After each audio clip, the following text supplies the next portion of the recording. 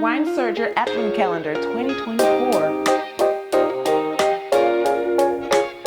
And it is clinging to the sides of the glass. It's so beautiful.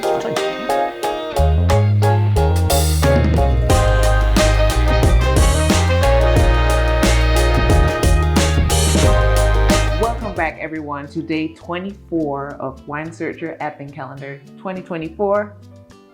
Wines of the Americas. I can't believe it. We made it all the way to 24 wines. I never doubted it. Me neither. What am I talking about? It's been such an incredible journey. Fantastic. It has been 3.5 weeks of tasting incredible wine from all of the Americas. The wines have really showed us how versatile America is. Oh, there's a wonderful breadth and depth to the wines you can find in the Americas. And in honesty, in 24 samples, we've really only touched on that. But at the same time, there was only one place we could finish up, and that's the Napa Valley. The Napa Valley. And so today we've got our only Cabernet Sauvignon to look at. This is a wine called Fait Main. Fait Main's 2022 Cabernet Sauvignon.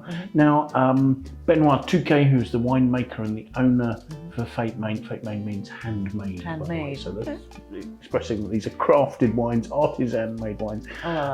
So Benoit is really quite a star winemaker. I mean, he's consulted to places like Screaming Eagle, like Ovid, Arietta. So some of the top wineries in Napa.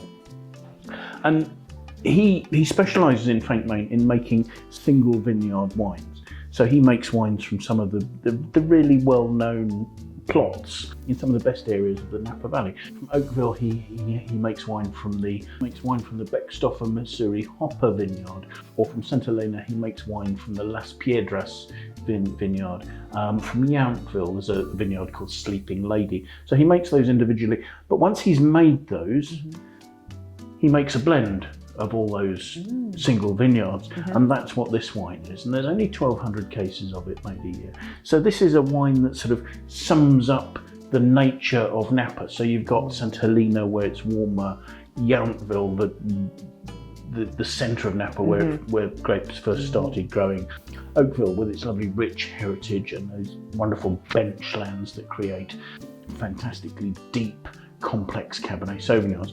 So it's a combination of all those. It gets aged in new oak, 75% of it at least new, just to make sure it's got the structure, it's got all the wonderful structure, it's got all the wonderful sort of cedary notes and the complexity that layers on.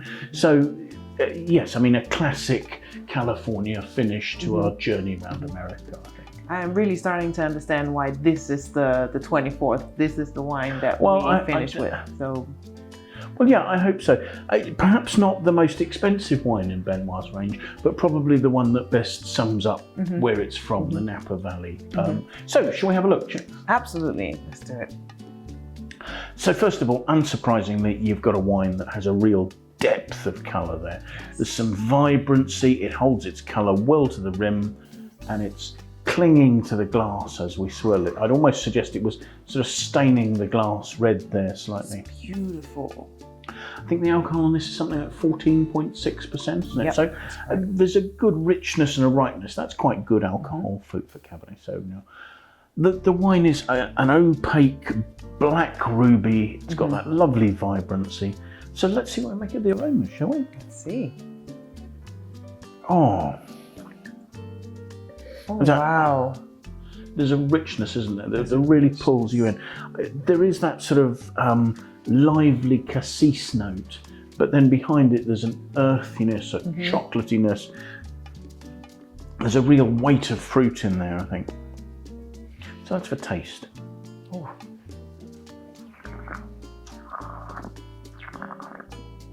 Oh, I love the freshness of that. I mean, it's dry, but that's juicy black fruit, isn't it? Yes, very much. There's a structure, but a very fine structure. Almost, I mean, there is a slightly grainy grip, but almost sort of silky the way that moves across your palate there. There are notes of almost chocolatey flavour, almost as if somebody sort of dusted it with cocoa powder or something like that. So that smoothness and that richness there as well. And The one thing I would say is the lovely freshness is just keeping everything so lively. It's stopping it being heavy and dull and overly ripe. Yeah. I mean, this is 14.5%, 14.6%. This is quite a high alcohol wine for Cabernet, but yet it's delicate, it's elegant, it's lifted and fresh. The flavours are lasting well. That has enough vibrancy to cut through sort of rich meats and that sort of thing. I mean, that would go beautifully with roast beef or something. Roast beef, oh, I see that, yes, yes. It's interesting, I've talked about the fact that there's 75% of new oak used to age this. I'm assuming that's for about sort of 2 years or so, so probably 22 months or something like that. But there's not an obvious cedary note because the oak is so well integrated with the fruit.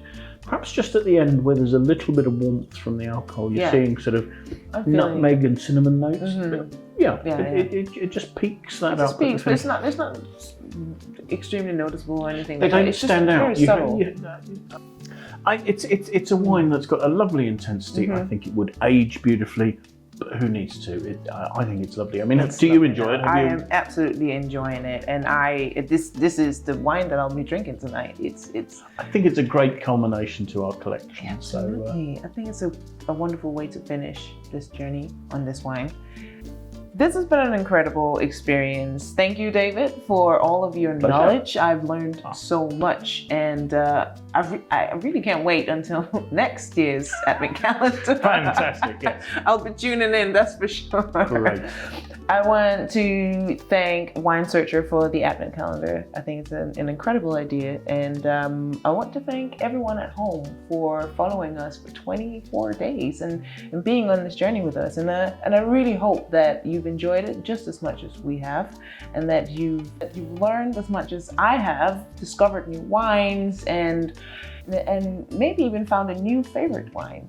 Thank you so much for spending time with us. We hope that you have a happy holiday, and we hope to see you back next year.